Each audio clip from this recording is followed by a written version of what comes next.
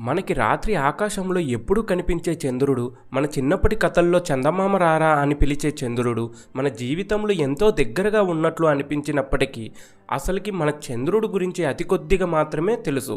చంద్రమండలంలో దాగి ఉన్న అద్భుతమైన రహస్యాలు ఇవాళ శాస్త్రం ఆధారంగా, నిజాలు ఆధారంగా మీకు చెప్పబోతున్నాం. అసలు చంద్రుడు ఎలా ఏర్పడ్డాడు?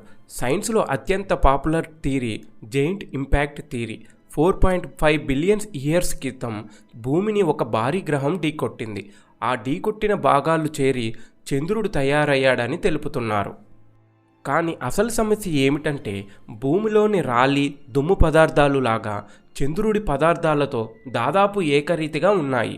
రెండు వేరువేరు ఆబ్జెక్ట్స్ ఢీకొన్నాయి. అయితే ఎలా పర్ఫెక్ట్ మ్యాచ్ అయ్యాయి? సైంటిస్ట్ మాటల్లో చంద్రుడి మూలాలు ఇంకా స్పష్టంగా తెలియలేదు. అసలు చంద్రుడు ఎలా ఏర్పడ్డాడు? మనం తెలిసింది ఒక పాడు అంచనా మాత్రమే. అసలు భూమికి చంద్రుడు అంత అవసరమా? చంద్రుడు లేకపోతే భూమిపై జీవం ఎప్పటికీ పుట్టేది కాదు, ట్రైడ్స్ ఏర్పడేవి కాదు, భూమి రొటేషన్ అవ్యవస్థగా మారేది, సీజన్స్ అసలు ఉండేవే కావు, జీవం నిలబడే అవకాశం ఉండేదే కాదు. చంద్రుడు భూమి ఎవల్యూషన్కి మౌనంగా రక్షకుడు. చంద్రుడికి మరోవైపు డార్క్ సైడ్ మిస్టరీ ఉంది. చంద్రుడు టైడల్ లాకింగ్ వల్ల మనకు ఎల్లప్పుడూ ఒకే వైపు కనిపిస్తాడు. దాని వెనక వైపు చీకటి కప్పబడి ఉన్నది కాబట్టి కానీ మన కళ్ళు ఎప్పటికీ దూరం. నాసా చాలా ఏళ్ల తర్వాత డేటా పంపింది, కానీ చైనా ముందే అక్కడ ల్యాండ్ చేసింది. అక్కడ రేడియో సిగ్నల్స్ కూడా సరిగ్గా రాకపోవడం మరో ఆశ్చర్యం. అసలు అక్కడ ఏముంది? పెద్ద క్రీటర్ సిటీస్లా ఉన్నాయా? మరేదైనా ఏన్షియంట్ స్ట్రక్చర్ ఉందా? శాస్త్రవేత్తలు ఇంకా జవాబు కోసం వెతుకుతున్నారు. చంద్రయాన్-1 చంద్రుడిపై నీటి అణువులు ఉన్నాయని మొదటిగా ప్రపంచానికి నిరూపించింది. సౌత్ పోల్ ప్రాంతంలో బాగా ఎక్కువగా నీరు ఉందని, అది చాలా చల్లగా ఉండటం వల్ల ఐస్ ఫామ్లో స్ట్రక్చర్గా నిలిచింది.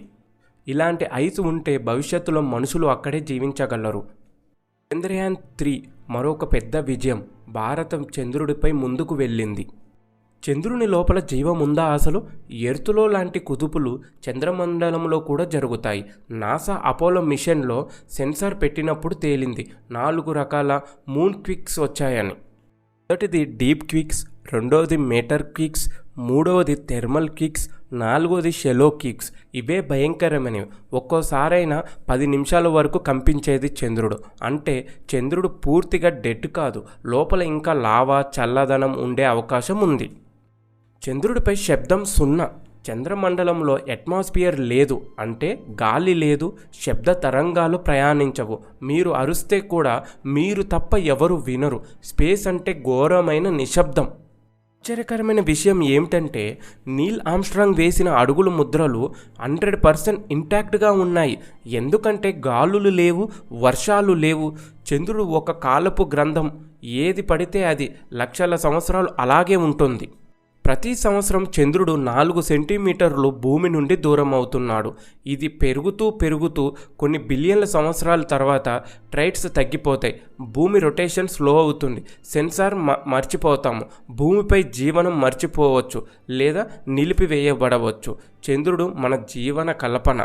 ఒకసారి నాసా చంద్రుడిపై బ్లాస్ట్ చేసింది, వైబ్రేషన్స్ను మెజర్ చేసింది. అప్పుడు చంద్రుడు గంట మోగినట్టు నిడివిడిగా దద్దరిల్లిపోయాడు. సైంటిస్టులు ఏమనుకున్నారంటే, లోపల ఖాళీ ఛాంబర్స్ ఉన్నట్లు ఉంది. ఇది ఒక సహజ శాటిలైట్ అయితే ఇలా హ్యాలోలాగా ఎలా ఏర్పడి ఉంటుంది? ఇక్కడ థియరీలు మొదలయ్యాయి. కొంతమంది స్పేస్ రీసెర్చర్స్ ఒక సెన్సేషనల్ ఆర్గ్యుమెంట్ చేస్తున్నారు. చంద్రుడు సహజంగా తయారు కాలేదు. ఎవరైనా అత్యాధునిక జీవులు చాలా కాలం క్రితమే ఈ కక్షలో ఉంచారు అని. కక్ష భూమికి 100% పర్ఫెక్ట్లీగా స్టేబుల్. ఇది ఒక పెద్ద సంఖ్యంగా కోయిన్సిడెన్స్ కాదు అంటుంటారు. నాసాకి కూడా డార్క్ సైడ్ నుంచి ఒక్కసారైనా అర్థం కాని సిగ్నల్స్ వచ్చాయన్న రిపోర్ట్స్ ఉన్నాయి. నాసా చెప్తుంది 2030కి హ్యూమన్స్ను మళ్ళీ చంద్రుడిపైకి తీసుకెళ్తాయి. అక్కడ space station, meaning, water extractions, permanent base. భవిష్యత్తులో చంద్రుడు మన ఫ్యూచర్ కాలనీ అవ్వడం ఖాయం.